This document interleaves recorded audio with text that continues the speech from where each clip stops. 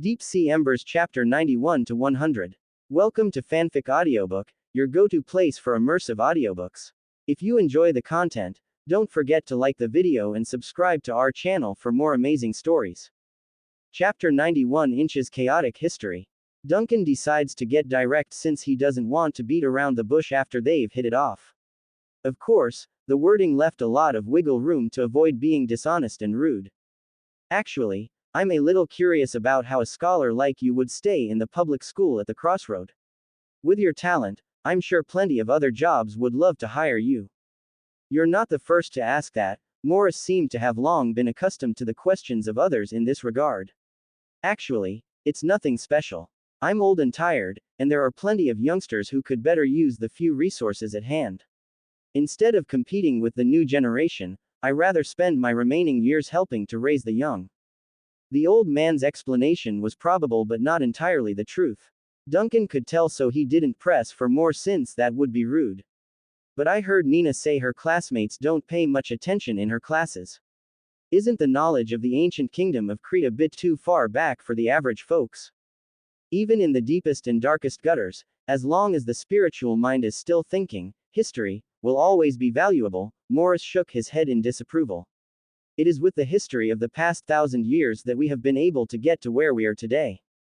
Of course, Mr. Duncan, you're right that very few people in these parts will want to listen to my tirade, but even if I can only teach one student who will listen, then I will feel like my efforts are not in vain. Morris said unhurriedly and then seemed to realize he had gone on a tangent. Forming an apologetic smile. Sorry, professional habits, I've started preaching again. Ads by PubFuture. It's okay. I think it's a valuable preaching experience. Duncan waved his hand immediately, and it's been a pleasure to talk to you. I'm an antique dealer, and you're a history expert. So from a certain perspective, we're peers of the same industry. I'm also a teacher on Earth. Seriously, if from the impression of walking into this antique shop only, I would really question the part of us being peers. Morris spread his hands, but now I kind of believe it. You at least have one real thing in here. N-O-V-E, in .c ohm. Duncan's face was very calm, but his heart was already shouting he had more than just one product. In fact, the pirate captain had already drawn out the warehouse plans for the 8th franchising branch. Continuing to maintain a smile and indifferent posture, I heard Nina say that you are actually better at ancient history, especially the history before and after the ancient kingdom of Crete. Strictly speaking, there is only after, no before, Morris immediately corrected. The ancient kingdom of Crete is the beginning of civilization in the Deep Sea Age, and before the Old Kingdom was the Great Annihilation, which was the melting point of civilization. No one can say what the world was like before that point in time because all we have to go on are contradictory texts circulating in the wilderness. Duncan mused. The spark breaker of civilization is like a horizon limit that runs through the river of history. Horizon limit. Morris apparently heard the word for the first time and became perplexed by the metaphor. A concept. If you put it on the Great Annihilation event, you can think of it as an invisible wall of time. All the information on one side of the wall cannot be transmitted to the other side of the wall, whether it is an optical observation or the causal connection of things, all of it is cut off in front of that boundary with no means to understand the other side. Quite an interesting concept. Old Mr. Morris's eyes widened in astonishment, crossing the limit of the horizon in history, a wall of time, indeed, a very apt statement. Mr. Duncan, forgive me for my initial contemptuous impression of you. You are more professional than I could have ever imagined. Are you also a study of the ancient records? No, I have to say I'm not affluent with the ancient records. I'm merely more flexible in terms of my thought pattern. Sometimes I would conjure up some wonderful metaphors like now, Duncan modestly explains, knowing he should act ignorant in times like these. But I do have questions about what happened during the Great Annihilation event. You just mentioned that the history before then is usually not recognized by scholars. That there are many contradictory records in the wild. What do these records look like? It's just some wild stories passed down through the ages, but I did study some. Morris pondered what he should say before going slowly. For example, the city-state of Planned has a record of a manuscript from the year 1069 of the new era. The original is lost, so we can't prove if it's true, but the manuscripts do describe the following before the Great Annihilation. The world is a sphere, floating in the vast sea of stars. There are countless celestial bodies dotting the night sky with 3 moons circling the world. Humans occupied 3 continents, one of which is frozen year-round. To combat the harsh environment, the people built a device called the dome to envelop the entire continent. The dome provides warmth, provides light, provides the eternal spring fueled by the seawater. Morris paused after saying this, then gave some thought to the reaction from Duncan. Once the old scholar felt like it was okay, he continued. On an island near Cold Harbor, explorers found a record carved into a slab of rock, which also described the world before the Great Annihilation. Scholars eventually cracked the old wording, but the information left everyone puzzled. The slate describes a homeland called the home star. Due to the world drying up, the people of the world boarded a ship called the Abinix, which can cross the sea of stars using the fuel and gas it captured from the stars. The journey lasted more than 47,000 days and nights until it was suddenly swept up by a huge vortex. The ship disintegrated under the force, and its descendants somehow survived by relying on the sea. Of course, these records are not as bizarre as the legends left by the elves of Wind Harbor. Elves have a 1,000-year lifespan, and their history should be the most detailed and reliable among all the short-lived races. But for some reason, their history is the most fragmented and bizarre of all the known texts. Many of their files have even been twisted into unreadable lost contexts, which were forcibly sealed due to the pollution they carried. Nowadays, the only information we have to go upon are oral poems narrated by the elves. The world is a dream created by the great demon god Sasroka. Then one day, the demon god suddenly dreamt of a flood sweeping across the world. In his panic, Sasroka awoke from his dream and leaked the dream into reality. The elves were swept away from reality due to the flood. As a result of the tragedy, the elves could never return to their peaceful homeland and has settled down in the deep sea era after the flooding. Chapter 92 Inches Endless Guesses. Morris sighed. When those of us who dig into history and spend our lives researching the world's mysteries, we would always be stumped by the wall of the unknown. The old man had a thick layer of exhausted frustration on his face as if he had traveled for most of his life doing exactly what his peers had done to no success. The history before the Great Annihilation is fragmented and contradictory, and the records between each city-state are like bizarre stories with no connection. Because of that, nobody can conclusively say which is the truth. Duncan did not speak for a while and went mute. Unlike the old man's sighing mood, he, on the other hand, just went through a baptism storm. As a foreigner, who has experienced the information age of modern Earth, he could already guess what those things are in the wild histories. The dome covering the entire continent may likely be an artificial ecological device to replicate a desirable environment for its residences. As for the seawater fuel segment in the story, probably some sort of hydro-fusion engine to run the machinery. Now for the giant ships sailing across the stars, that's even easier to figure out. They're likely a group of colonization starships that occasionally stops at a star system to extract gas and alloys from the planets to sustain its supplies. N-O-B in .c ohm. Now that leaves the elvish tale of the demon god and dream world, from dreams to the sea taking over reality. Duncan couldn't figure out what this was for a while, but it sounded like a fantasy concept from a magical world, something completely different from the technological worlds he had heard from the previous 2 stories. As Morris said, if all they had to go upon were those fragmented historical texts, then it's no wonder nobody could decipher the truth. Perhaps you are right. There is a horizon limit on the key event to the Great Annihilation. Morris's voice came from across the counter again, interrupting Duncan's train of thought. Rubbing the forehead as he spoke in a low tone, we cannot observe the event on the other side of the horizon, so the history before the Great Annihilation is a concept for us that can never be traced. It's then Duncan's brain got a bold and new idea over how distressed the old man appeared, which he said aloud, then, what if these records are all true? Morris raised an eyebrow and looked at Duncan with some surprise. Oh. What if all these records are true, and the history recorded by each city-state or race is really what they know the world as before the Great Annihilation? Duncan rubbed his chin and said thoughtfully, maybe our ancestors 10,000 years ago really came from completely different homelands and had completely different civilizations. The Great Annihilation trapped these exiles from different worlds on this sea, and the records are the results of those descendants who managed to survive before the knowledge was lost in time. Now that he's on a roll, Duncan didn't pause and went on a tangent. The essence of the great annihilation may not actually be the end of the world, but a great teleportation. Morris appeared shocked at how wide his eyes had become. The conjecture of the Brock-Bendy school. World drift theory. This is a relatively unpopular genre to study. He was amazed, but now it was Duncan's turn to be confused. The ghost captain didn't expect others to come up with this idea before him. I only have little tidbits in this regard.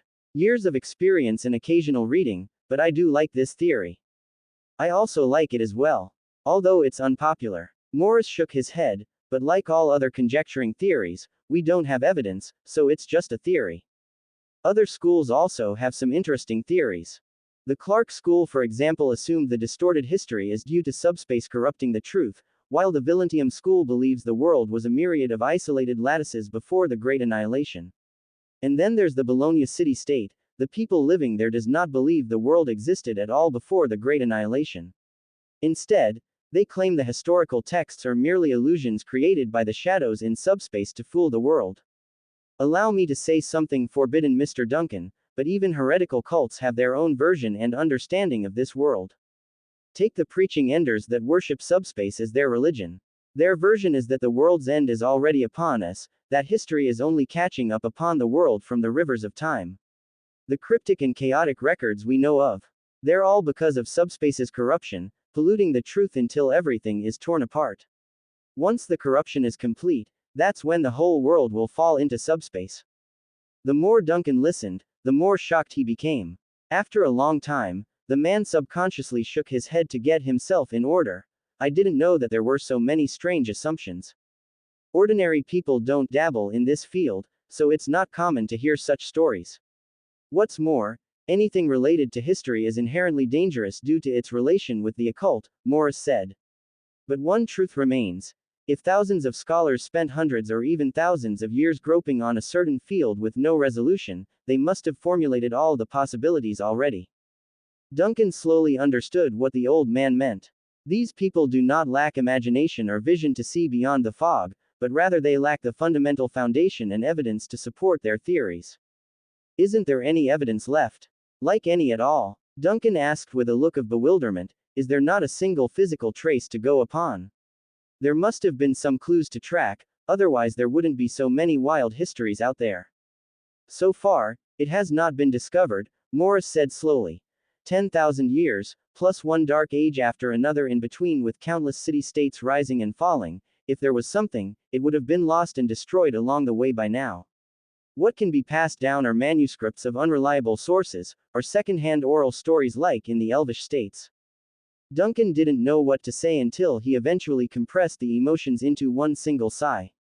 Studying the ancient history of this world is really difficult. Yes, we have to not only face the fragmented ages of history but also the status quo of nothing to grasp upon, Morris sighed. With limited resources on each island, no city-state can fully invest its resources in such a field. And if there is something to be excavated, it's very likely been dug up by now on land.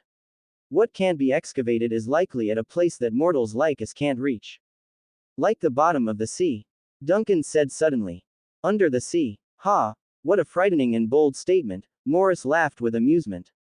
But indeed, that is something a lot of historians thought about when they have nothing but desperation left. There are likely pieces of evidence at the bottom of the sea, perhaps mountains of artifacts from other civilizations. It would explain a lot of mysteries we have now. Sadly, no mortal can dive into the depths of the sea. Speaking of this, he paused for a moment, but this does give rise to another hypothesis, although the idea hasn't evolved into a school yet by other scholars, but many people have speculated that the old world is actually hidden in the ocean. More precisely, located in the depths between the deep sea and spirit world. Why do you say that? Duncan's interest got piqued by this idea. Morris thought for a while and explained. Because many broken ancient records mentioned the world before the Great Annihilation had a starry sky, and we all know, the starry sky is the interfacing layer between the deep sea and the spirit world. Duncan almost choked himself to death due to his own saliva. Ahem, wah.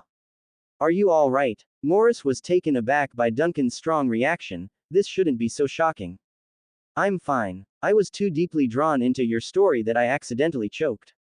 Duncan quickly waved his hand to let the old man continue. The starry sky is between the deep sea and the spirit world. Of course I know, of course I know.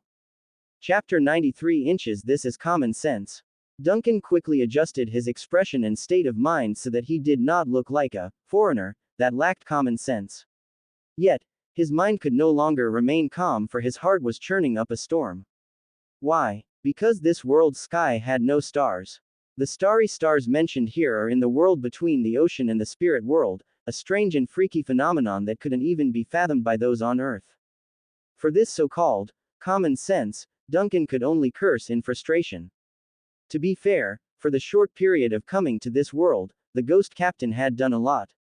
He's driven the vanished into the depths of the spirit world and entered the chaotic lower cabins of the ship connecting to subspace. Yet, he's never seen the starry sky between the deep sea and spirit world. This happens to be his blind spot so far. Stars, hiding in the depths of the sea, what a weird and bizarre situation if it's true. Is the so-called starry sky mentioned by Morris the same thing as the starry sky I know? What is the form of the place where the spirit world meets the deep sea? Is there a deeper, darker ocean? Or is it just a special spatial structure named after the ocean? For some reason, Duncan suddenly thought of the girl named Shirley and her inseparable pet and weapon called Dog. Dog was a creature of the shadows known as Dark Hound in this world, a demon creature summoned from the depths of the nether. N-O-V-E, in .c ohm. Duncan couldn't imagine the physiological structure of such a skeletal hound, but judging from its appearance, it was clearly not an aquatic creature. Going by that, he could boldly speculate that the so-called deep sea may not necessarily be a body of ocean. It could be an extremely vast and bizarre space that's wrapped up by the starry sky. As Duncan sketched the spatial model in his mind, Morris finally started to notice the absent-mindedness of the antique shop owner. Asking curiously, "About astrology, do you also dabble in the field?" "I have some interest." Duncan pulled the corner of his lips up, finding it amusing that the world would have something like astrology when they lacked stars in the sky. But the starry sky is hidden in such a deep place, it's not easy to explore the topic. Of course, the field is extremely dangerous to explore, but not impossible. We too can use some indirect scientific means to observe the projection of the starry sky thanks to the advancement of technology. Like the spirit lenses used by a navigator. Ever since the city-states improved its design, those who go mad from repeated use has gone down by huge margins. Morris breaks out into a delighted laugh at the topic. It's been a long time since he got someone willing to discuss such things with him, so he's in a very good mood. You know, a century ago, the profession of a navigator was always the deadliest job on an ocean-going ship. In fact, I've always wanted to collect a set of the earliest spirit lenses to study, but sadly, I never got the chance to. Ads by PubFuture. Duncan was blinking dully then. He didn't care what the old gent was spouting there, instead he was only interested in a new question that popped up as a result. In this world, how do navigators guide their ships if there are no stars up in the sky? Turns out the answer remains the same after some more back and forth, by relying on the stars. Instead of looking up though, the ships look down at the waters with the spirit lenses. By observing the reflecting stars from beneath the depths, they could effectively achieve the same results using the scientific instrument. However, that doesn't mean the job didn't come with risks. Before the 1800s of the new calendar, those who acted as navigators would often lose their minds or die from corruption. That's the cost of constantly peering at the deep sea where foul shadows lurked. You are such a learned person. After discussing many more questions, Duncan finally couldn't help but sigh sincerely. Nina is lucky to have a teacher like you.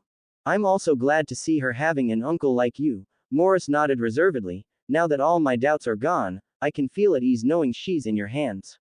You are a competent guardian and a man of wide interests with a strong thirst for knowledge. Seriously, I haven't had such a nice conversation with someone in a long time. The old man said, sighing slightly as well. My current life is good, quiet, and peaceful. I didn't have the same problems when I lived in the upper city, but it does get boring at times without people to talk to at the same level. Even my fellow coworkers at the school rarely chat with me because of the subjects I like. I'd love to be your audience. Duncan smiled when he heard this. I'm particularly interested in history.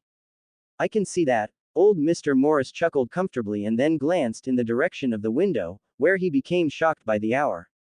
Oh goddess, look at the time. Have I actually been here all afternoon?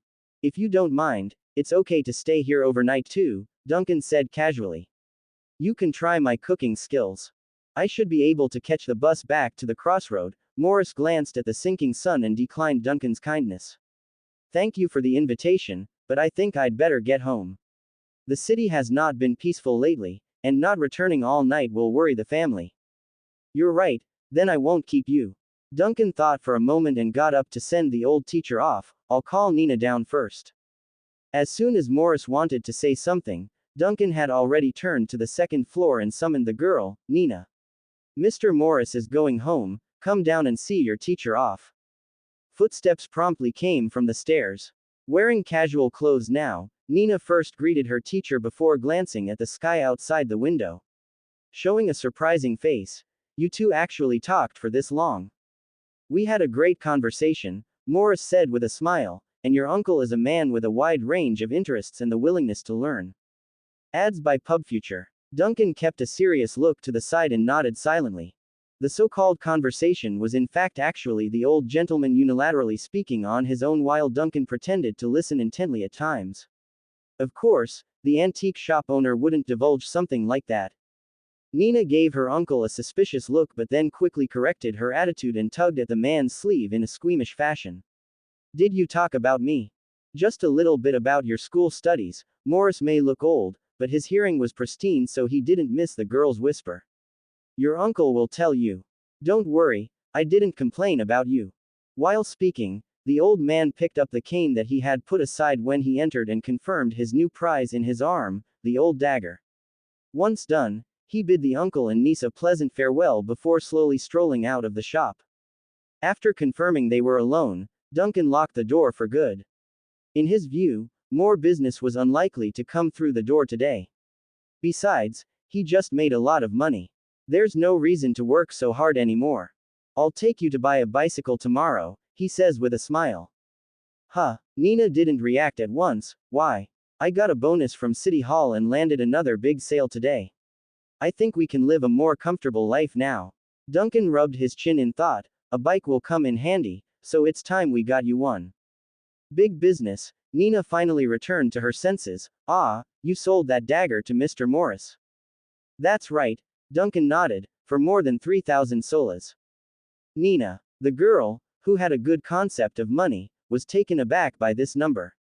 Showing a skeptical and wary face, but what am I going to do? My teacher only came for a visit and you've sold him an item for 3,000 solas.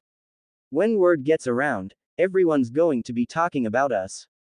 Duncan raised an eyebrow and wondered why she was so worried. Then our store will be famous, right? Nina. Are you serious? Spreading his hands out. You can't expect us to give something so valuable away for free, right? It's rare that our store has something real for once. Nina jabbed her arms against the waist and bulged that cheek up, clearly displeased by the reply. Then as if deflated, she turned the gloom to a cheery smile.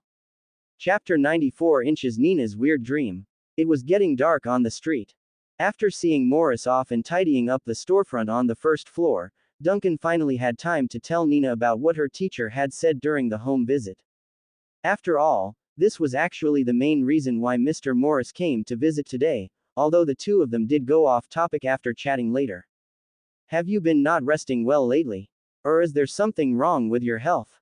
At the dinner table on the second floor, Duncan asked with concern while spreading butter on slices of bread, I heard from your teacher that you have been like this for several days. Nina was obviously a little nervous as she probably guessed what had been talked about. I'm just a little tired. Then it seems that what Mr. Morris said is true. Duncan carefully observed Nina's expression, physical reasons. Or is it because of something else? If you have something on your mind, you can tell me.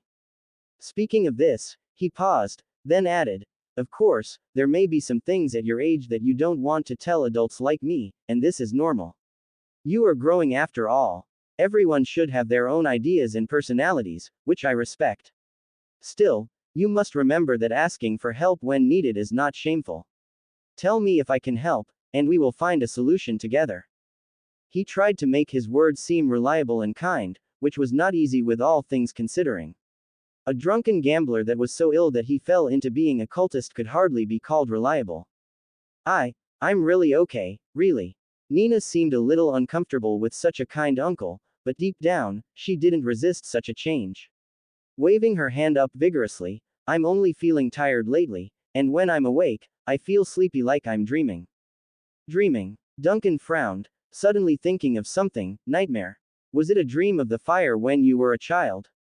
Perhaps because he was paying attention to the sun fragments in the unsolved case 11 years ago, he suddenly had this idea that Nina would be related. No, not when I was a child. Nina shakes her head. What is it then? I always dreaming that I am standing in a very high place, like a tower in the city, and the streets below my feet are dark and full of ruins. Nina recalled, slowly diving back into the images she had. The ruins and ashes are like a huge scar running along the center of the city. It goes from the crossroad up to the upper city. I felt trapped and wanted to run, but an invisible wall kept blocking my way. Ads by PubFuture. Nina suddenly shook her head to dispel the nasty feeling. It's always like this in the dreams. Technically, it's not all that frightening if I look back at it. There wasn't anything chasing me or something like that. I only got scared because of the huge scar running across the city. Then whenever I get too stressed, I would jerk awake from the dream until it repeats again. Duncan listened carefully to the girl's description and slowly frowned. What Nina described, it is really not the fire she experienced in childhood, nor the scene I remember from this body. It's more like a running picture of a different plan from another space and time. If it were on Earth, Duncan would only regard this as a strange dream resulting from stress and workload, but in this strange and abnormal world, being haunted by the same nightmare spelled something worse. When did you start having these dreams? Duncan asked with a serious expression.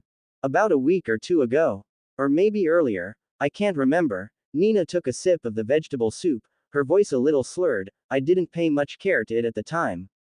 After hearing this, Duncan wanted to say, you should have told me earlier, but then remembered that Nina's uncle was still a rotten person addicted to some deplorable activities back then. An unreliable person could never be of help, so he swallowed the words back down. Have you consulted a professional yet? Like a doctor? No, in c ohm. Nina raised her head. You mean a psychiatrist? Yes, psychiatrist. Duncan thought about it and immediately nodded. In this world, psychiatrist is an indispensable profession. There are too many things watching the city-state at night. From the shadows lurking in the depths to the heretical airs of the chaotic religions, all of which wanted to harm the mortals. However, the most problematic are the psychological kind, nightmares, hallucinations, and cognitive deviations from reality. The only field that tackles this was psychology, and in this world, it's not a profession that sits you down and has a nice chat, they also use supernatural powers at times to correct the distorted mindset.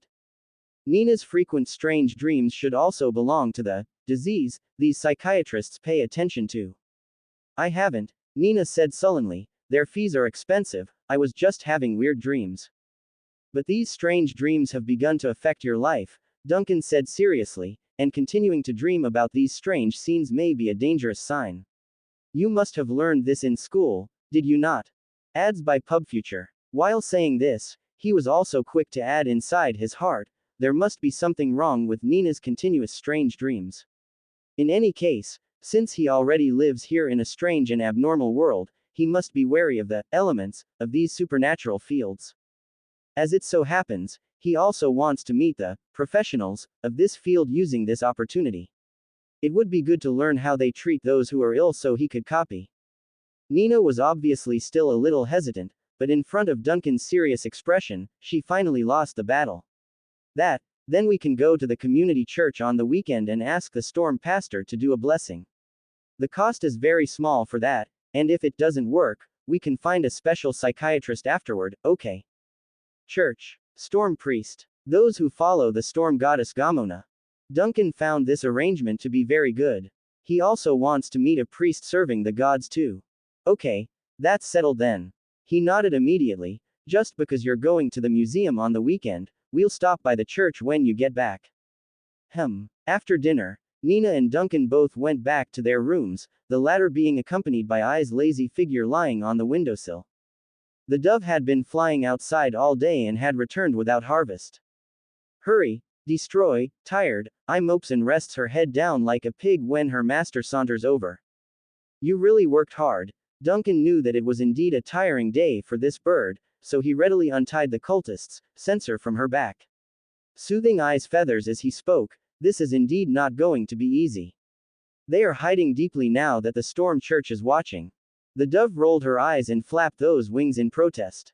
Amused by the childish behavior, Duncan taps the bird's head as a tease. Even so, this still has to be done. Of course, flying for a full day is indeed a little too intense, so I will arrange a combination of work and rest for you. He decided to do the search for cultists in the city a long-term project at this stage. Although after doing today's big business, he's no longer in urgent need of money, but removing rats from the city was still a meaningful act in itself. Besides, he might actually hook a big fish somewhere down the line. The grunts won't mean much in the equation, but the benefits of catching a sun air were too tempting to not try. And on top of that, he's quite concerned about the sun fragment incident from 11 years ago. It's giving him bad vibes. On the second hand, there seems to be a wild loli and dog running about in the city-state. The other party was constantly making trouble for the suntists. If he goes by that trail, he might run into the pair again if luck would permit. There are a lot of questions he had for those two regarding the deep sea and the starry sky mentioned by Morris. Who better to answer this than those who dabble in the power of the deep sea? Noticing the serious expression on Duncan's face, I sighs extremely humanely upon realizing there's no way out of work. Iya, the bird's tone was full of sorrow. There is already a sad thick barrier between us. Duncan, your vocabulary is quite rich. Chapter 95 Inches Infiltration. Another handful of Sun heretics who had infiltrated plan by smuggling aboard a ship has been intercepted by the church today. For this reason, Vanna's been busy interrogating the prisoners until late into the evening. Inquisitor Vanna, the slightly emaciated regional bishop saluted the young inquisitor. May the waves shelter your soul.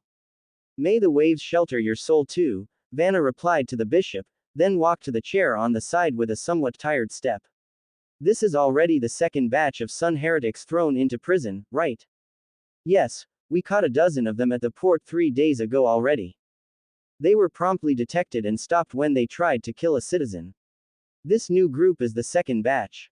They aroused the alarm of a meter reader during a dark ceremony in the apartment building. The regional bishop nodded with a slightly worried look in his eyes.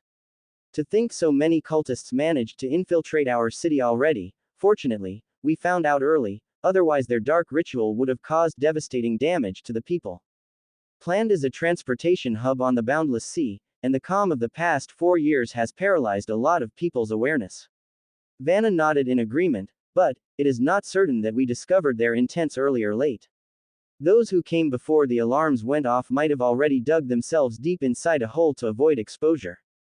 The regional bishop glanced at the inquisitor's expression, hesitated for a moment, then asked, I heard that many people have also been arrested in other areas. Ads by PubFuture. Yes, in almost every city sector, Vanna did not hide the truth. Now in the underground cells of almost every church are captured heretics.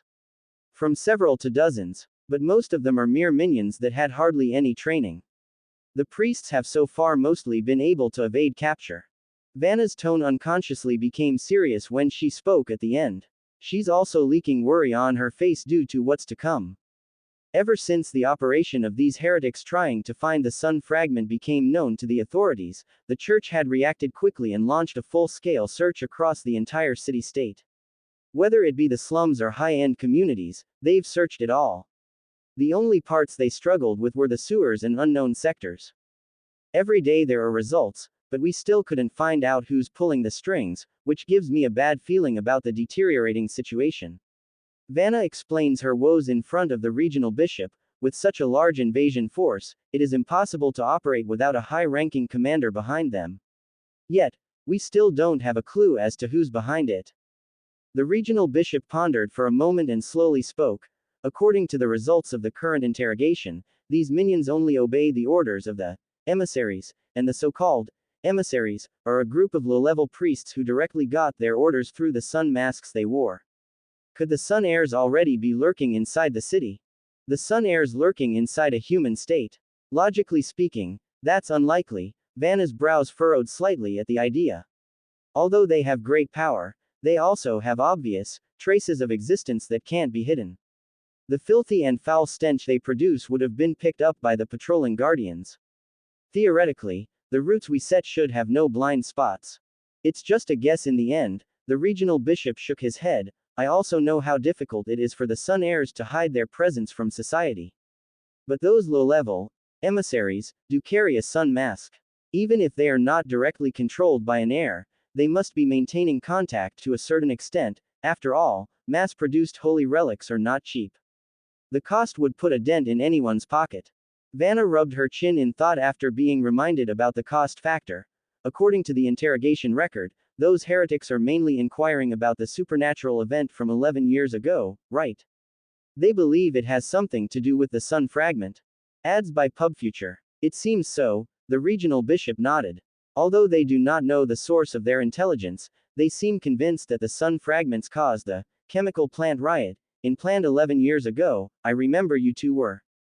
The regional bishop stopped partway due to the striking scar on Vanna's left eye. Slightly lowering his head in shame for being so inconsiderate. I'm sorry, I was careless. Subconsciously brushing her hand against the scar, Vanna shook her head to dispel such emotions. It's okay, just a scar. You're correct though, I did witness the riot personally, so there's no need to hold back. I've learned that there was also a group of sun heretics among those who rioted back then. We are sure of this after arresting hundreds of saboteurs. The regional bishop now sounded heavy in his voice, but the infiltrated heretics don't seem to know anything about the events 11 years ago. If they are part of the same cult, wouldn't they have at least some information on what happened? Don't you think it's weird? 11 years ago, either the branch in planned acted without permission and didn't communicate with the others, or the sun fragment's appearance was a complete accident back then. Regardless of which, nothing good could come of it. There's also the possibility that it's the handiwork of a third force who remained in the shadows, and that the sun heretics are merely a pawn that got used.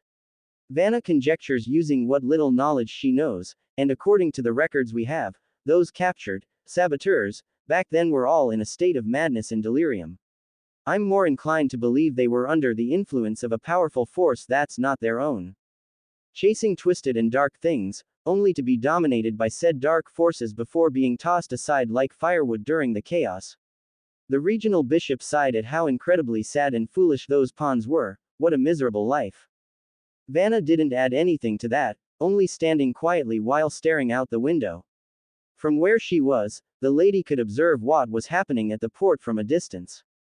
The blockade and cordoning have ended by now, and many of the piers were reopened during the day except for Pier 1. The reason was that it housed the latest steamship, the White Oak, which was constantly being monitored by the priests. Vanna eventually retracted her gaze from the port after remembering something else. I heard the notice for Anomaly 099 has been issued to the port area. Yes, it just arrived this afternoon. Would you like to take a look? The regional bishop said as he took out the folded documents from his possession. For some reason, it came a little later than expected. Show me. Vanna reached out and took the document, and it's normal to be a little late considering what's involved. Anomaly 99's out of control state is very special after all. Considering the fact that it went missing during a direct confrontation with the Vanished, the bishops of the other city-states must weigh the wording and information carefully before releasing the document.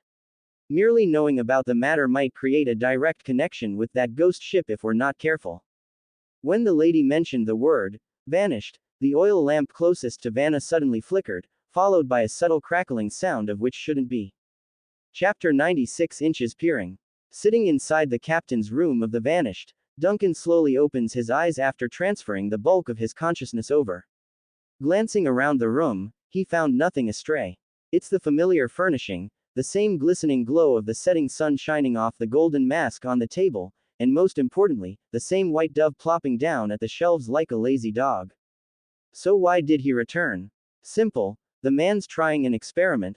What could he do with the shell back in the antique shop while only a small portion of his mind controlled the body?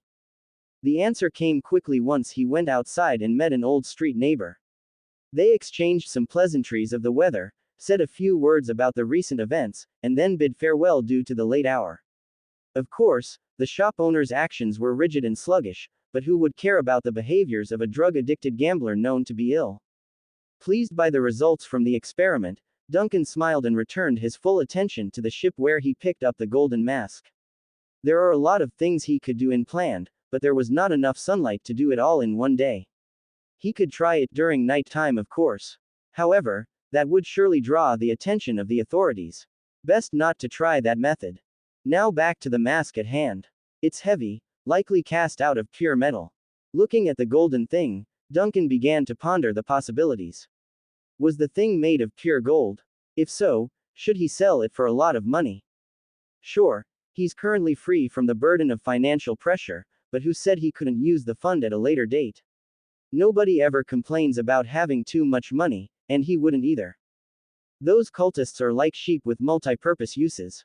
They provide him with intel about the world, their existence reported for bounties, and their supernatural items like this mask refined for further exploitation.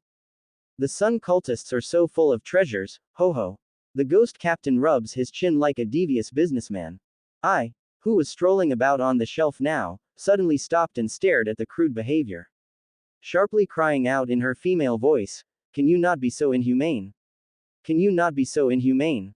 Ads by PubFuture. You are not qualified to talk about me, you blasted bird.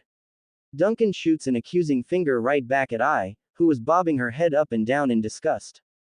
Then rubbing his fingertip to summon up a spark of green flame, the ghost captain returns his attention to what he had in mind. First, he's going to clean out whatever taint the mask has before doing some tests.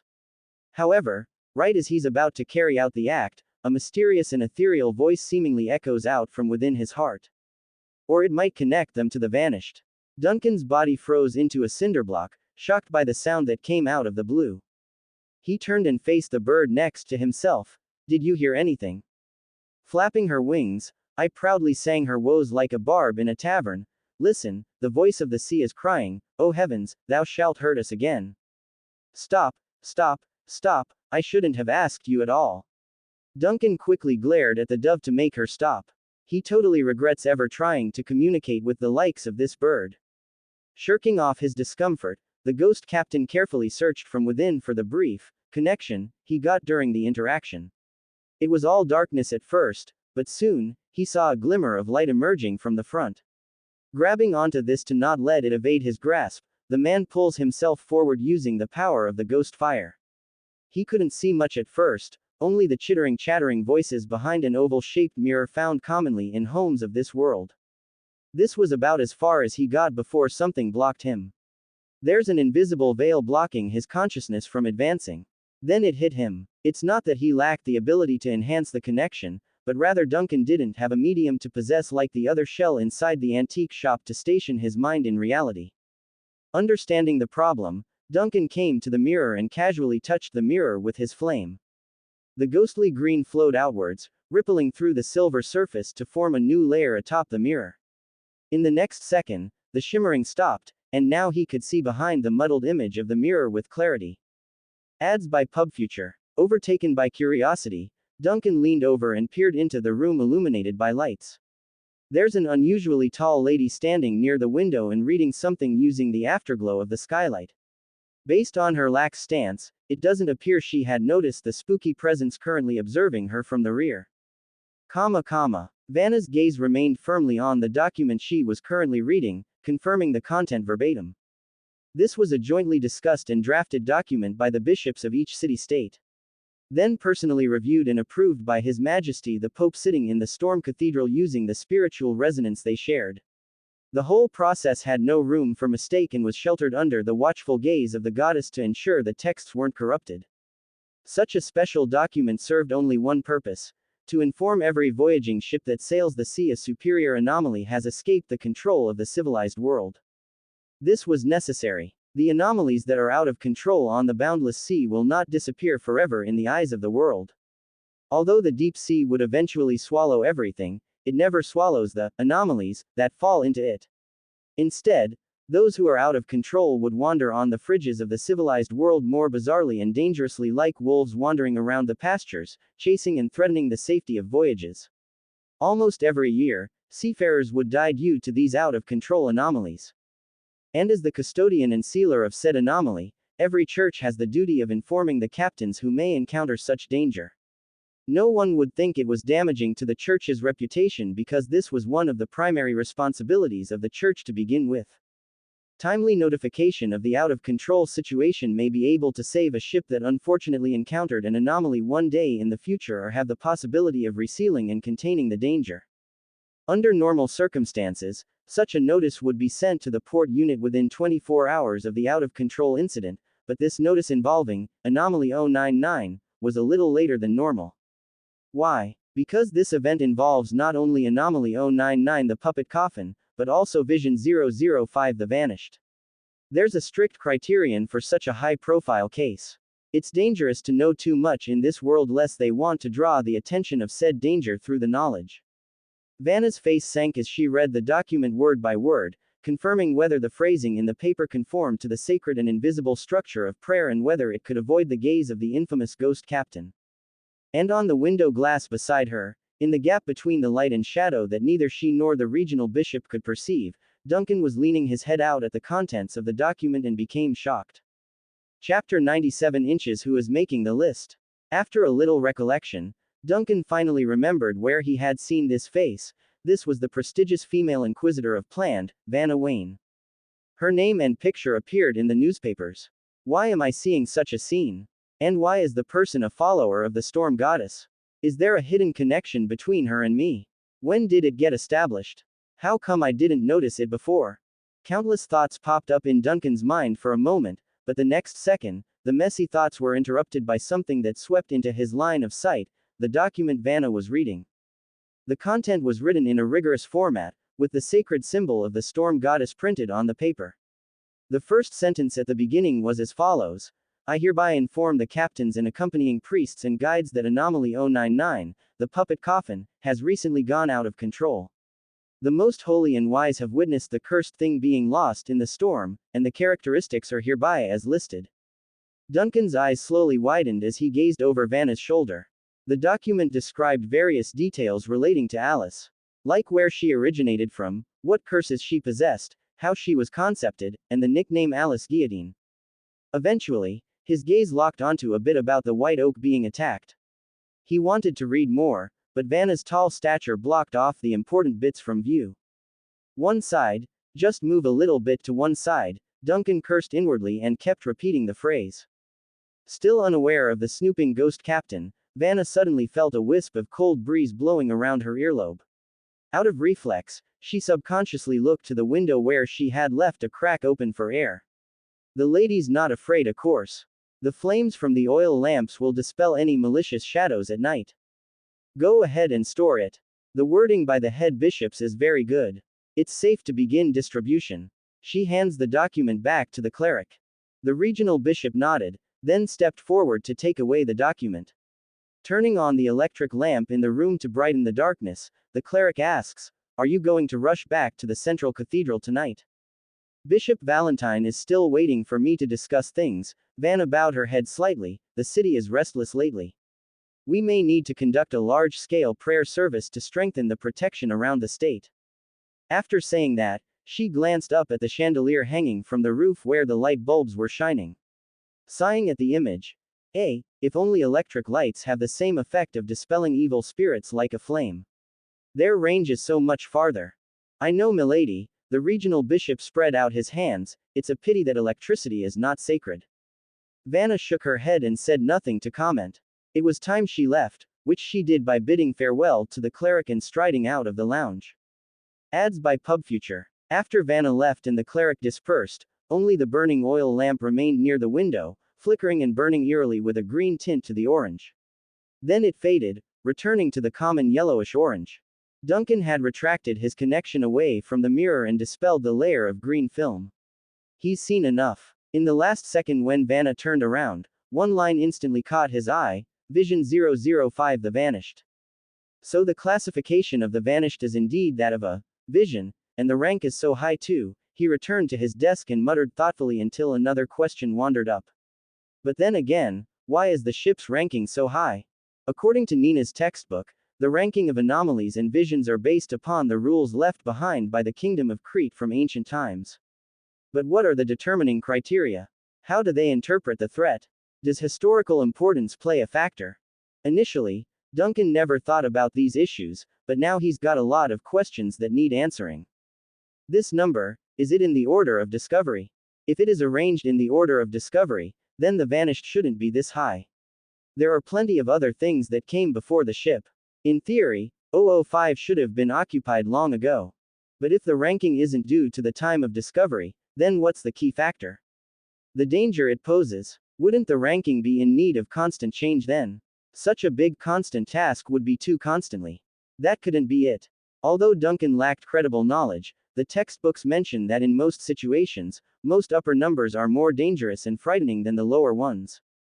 Now this brings up a very interesting question worthy of note.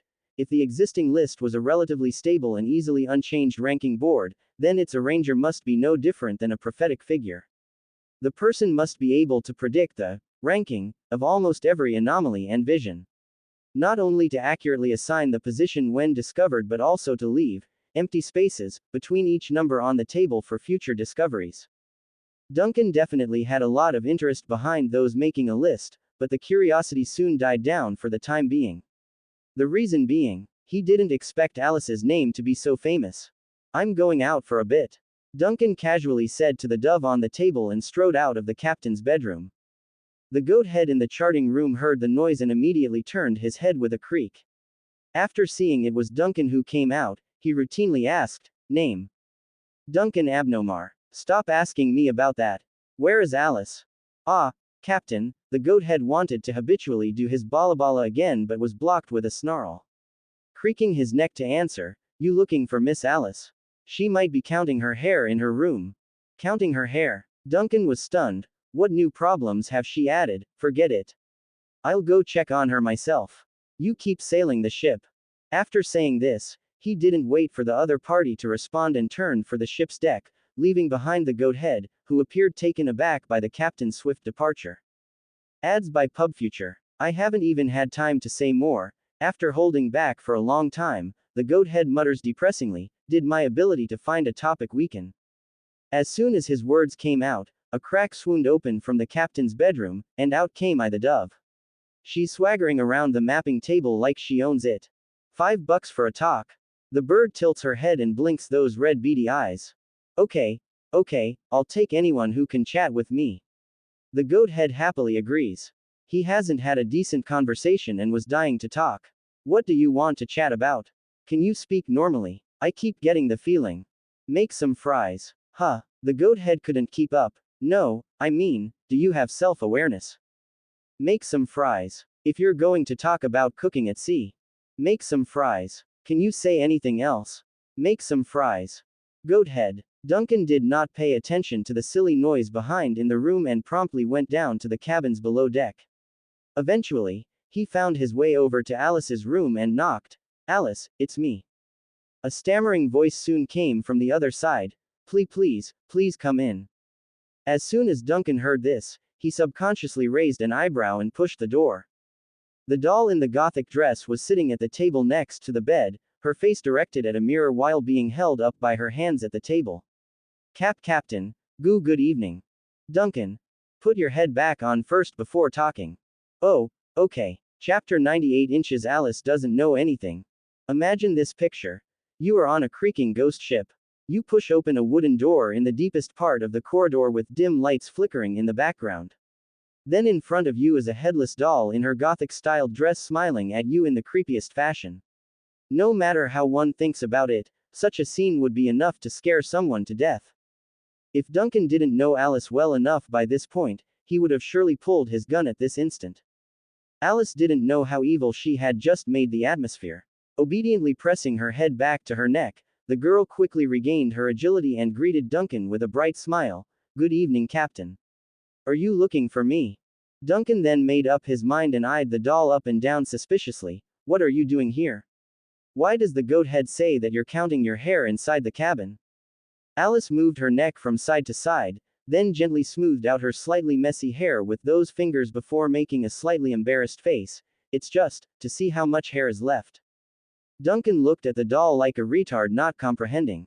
Eventually, he noticed something on the edge of the table. It was a spool that had come from who knows where, and between the combs were several silvery white hairs. The source of which was obvious. Duncan was expressionless. Alice noticed the captain's gaze and immediately explained with a serious face. Look, this one is called Miffy, this one is called Pearly, this one is called Femia, and this one, the name is. Duncan finally exclaimed. You even gave a name to every hair you lost. As a memento, Alice looked solemn and sad. Didn't you say I'm a doll? As puppets don't grow hair on our own, in case it all falls off one day, I'm holding onto them to reminisce about the good times when I had them. Duncan got dizzy due to the puppet's weird logic. He even forgot the reason for coming until he finally snapped out of it. I didn't mean what I said. You don't have to take it to heart. No wonder you kept to the cabin during these 2 days. You've been naming the hair that came off each day. Alice nodded harmlessly. Duncan tensed his face and sighed for a while. Fine, I'll look for a puppeteer in the city to get a solution. You can stop this. Alice was taken aback. You're going to tie people up and take them aboard the ship. Duncan glared at her. I'll buy you a few wigs to spare.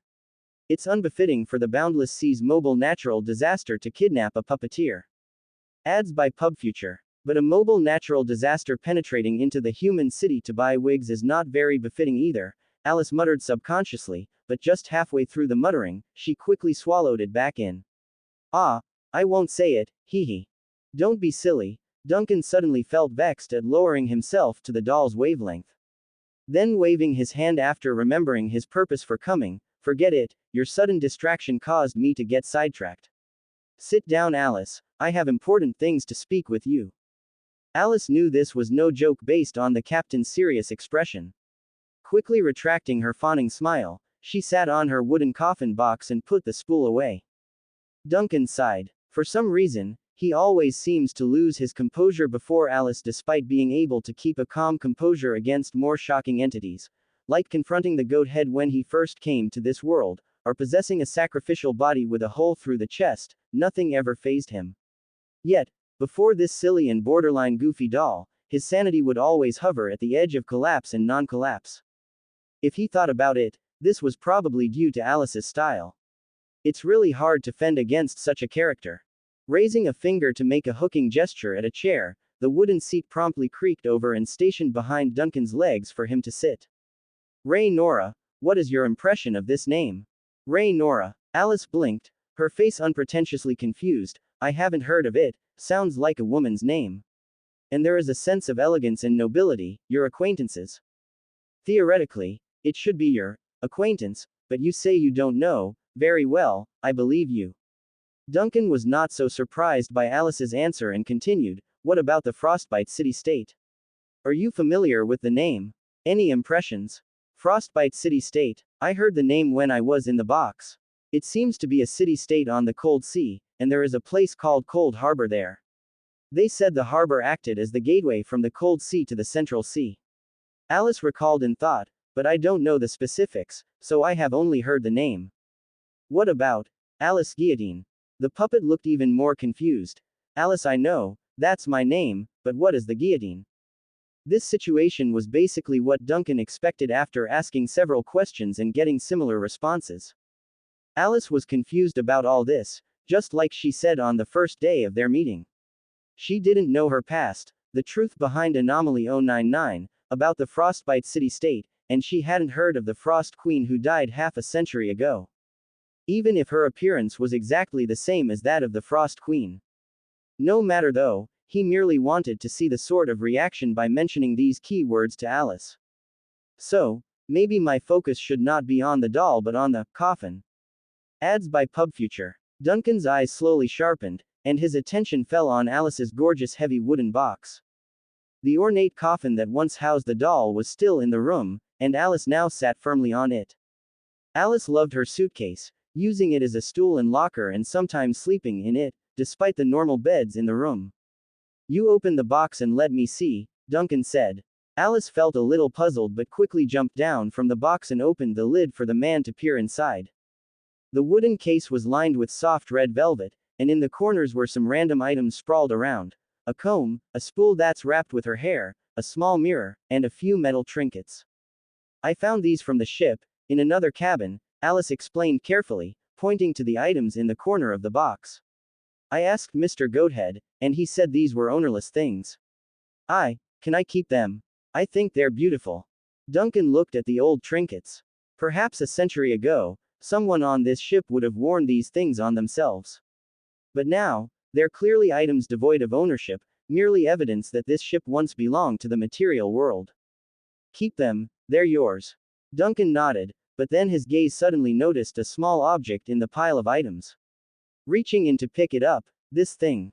It was a tiny hairpin, delicate and not like something that would appear on the vanished. It resembled a silver-white feather, and it was dotted with little broken wavy patterns along the edges. Although it was still as new as it had been from a century ago, this item was clearly not of this era in design. Duncan frowned. For some reason, he felt a faint longing when he saw this hairpin. There was even a name that he almost blurted out despite not recalling the exact wording. Duncan blinked in astonishment over his own reaction.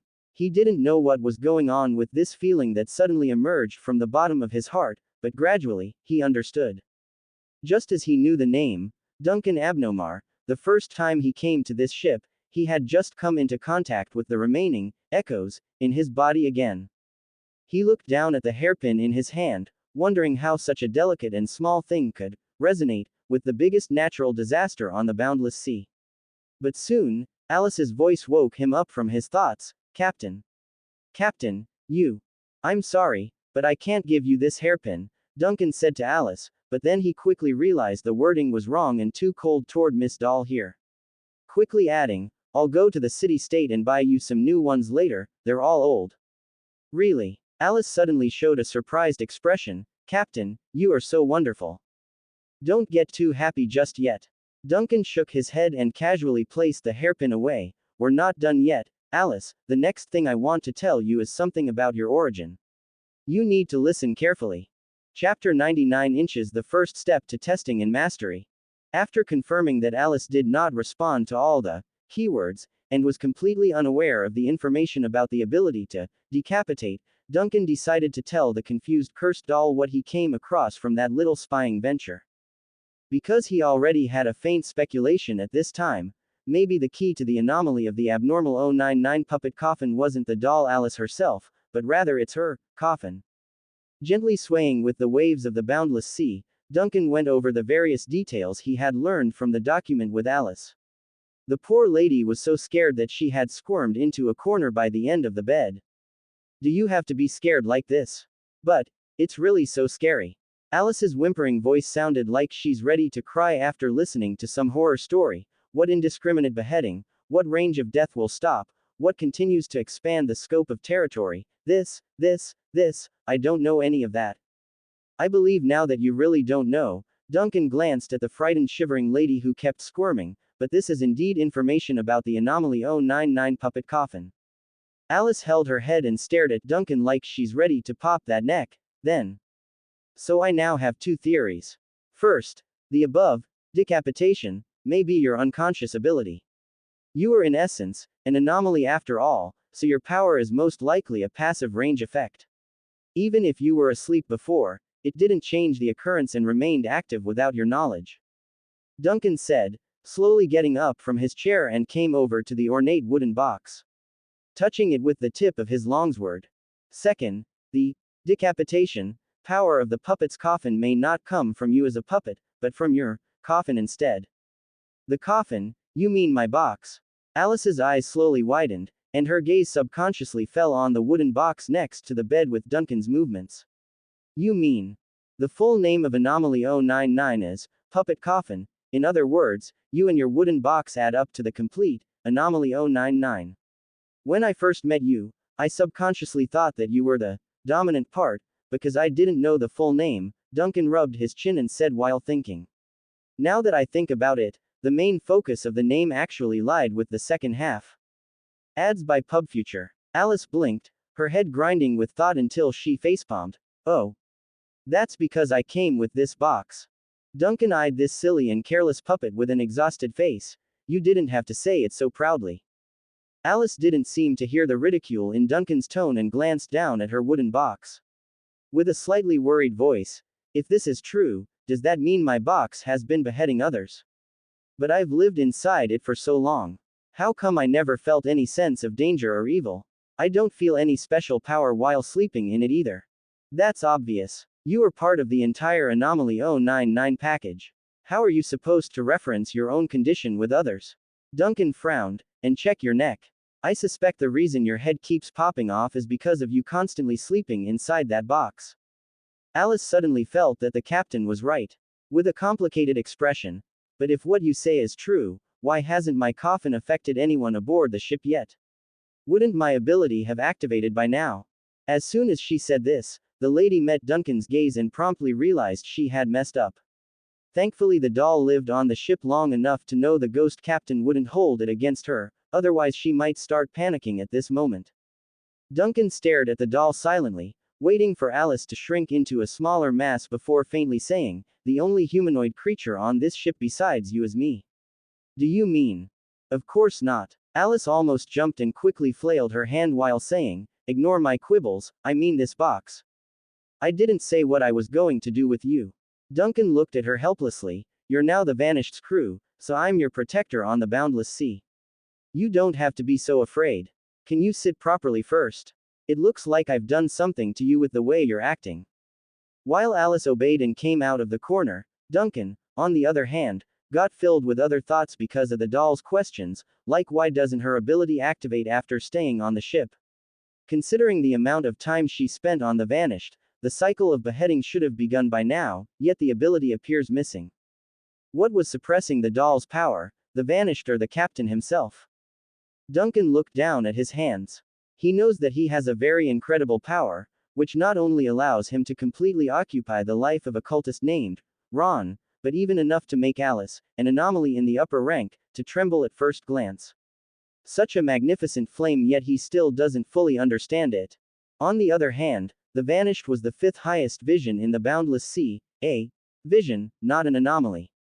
Adds by PubFuture. This means that as long as something was within the scope of the ghost ship, there would be a field that's in effect 24 hours a day, constantly exerting its influence on all targets within the range. With the suppression of the captain plus ship, Anomaly 099 would naturally become harmless. However, what if he took Alice to plan according to plans? What then? Will the situation spiral out of control? With such a risk, he must figure out a series of things. Is the subject of the effect Alice the doll or her wooden coffin box?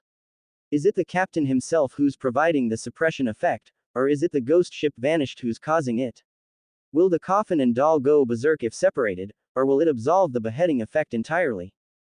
Duncan had a large list of questions in his mind as he contemplated what's plausible and what's not. Gradually, various schemes began to formulate in the man's mind, but at the end of things, he found one thing that frustrated him: he lacked many of the necessary conditions for testing. The Vanished wasn't a qualified testing ground because the power of the ghost ship interferes with the accuracy of the results. He doesn't have a suitable test target either aboard. Duncan raised his head and looked at Alice, who was sitting obediently on the edge of the bed. The doll lady was looking at her beloved wooden box with some sadness. It didn't take much to guess what she thought since all her tangled emotions were printed on that face. As if noticing the captain's gaze, Alice suddenly broke the silence and whispered, "From the day I was conscious, I've been living in this box. It's my bed, it's my home, it's my shelter, and I feel safe when I sleep in it." Duncan didn't speak and quietly observed the doll in front of him. "I now know why those humans are so afraid." Alice reached out and gently stroked her wooden box. "They're afraid of us. I was planning to take you to the city-state of Plan the next time I walked in the spirit world," Duncan said in a deep voice. "I need a helper over there." Alice's eyes seemed to light up for a moment, but then they darkened. This might not work. "I've postponed the plan, but not cancelled." Duncan's expression and tone didn't change much. "We just need more time to confirm your power and master the conditions for this decapitation effect." Know that the city-states have the knowledge and means to seal a variety of anomalies through various tricks. If they can do it, we here on the Vanished most certainly can do more. Alice glanced at Duncan suspiciously. From the captain's calm and deep gaze, she soon realized that this was not an empty word of comfort. You have a plan. Duncan thought for a moment, raised his fingertips, and lit a cluster of faint flames. First of all, we may need a little fire. Chapter 100 Inches Fiction and Reality in History. Captain, are you sure this is really okay? Alice looked nervously at the small flame in Duncan's finger, causing her two hands to grasp the lace decoration on the side of her clothes. Please don't burn my room down. Duncan held the ball of fire while looking for a place to start, but at seeing the way Alice was behaving, he sighed and took a moment to explain. My ghost fire is completely under my control, don't you believe me? When Alice heard this, she flailed her hand up in the air. I believe. Only then did Duncan withdraw his gaze and focus his mind. With the conditions now on the Vanished, it was impossible to fully test Alice's coffin. However, this does not mean he cannot do some preliminary research first. Now that he has become more adept in the control of the ghost fire, he has vaguely touched upon some doorway to use this to explore the secrets inside supernatural things.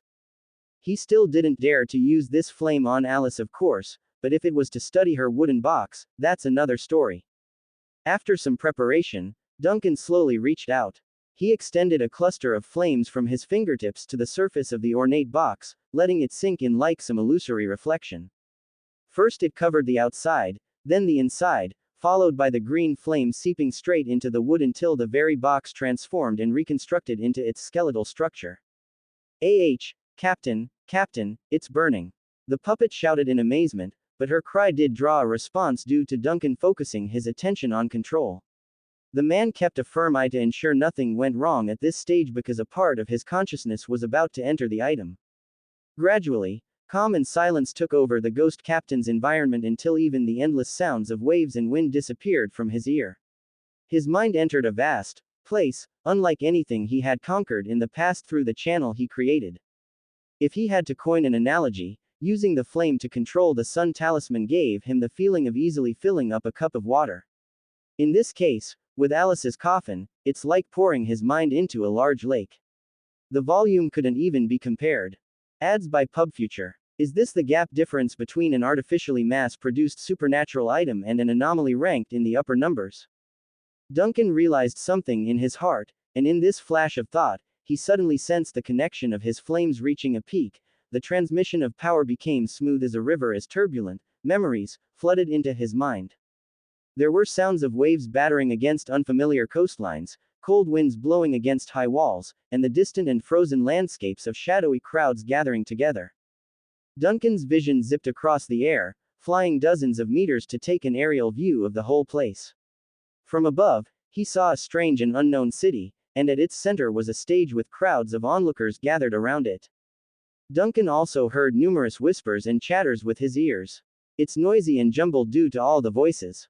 However, there's no question in the ghost captain's mind that these voices aren't from the crowds of shadows beneath him but rather an echoing murmur that encompassed the entire city.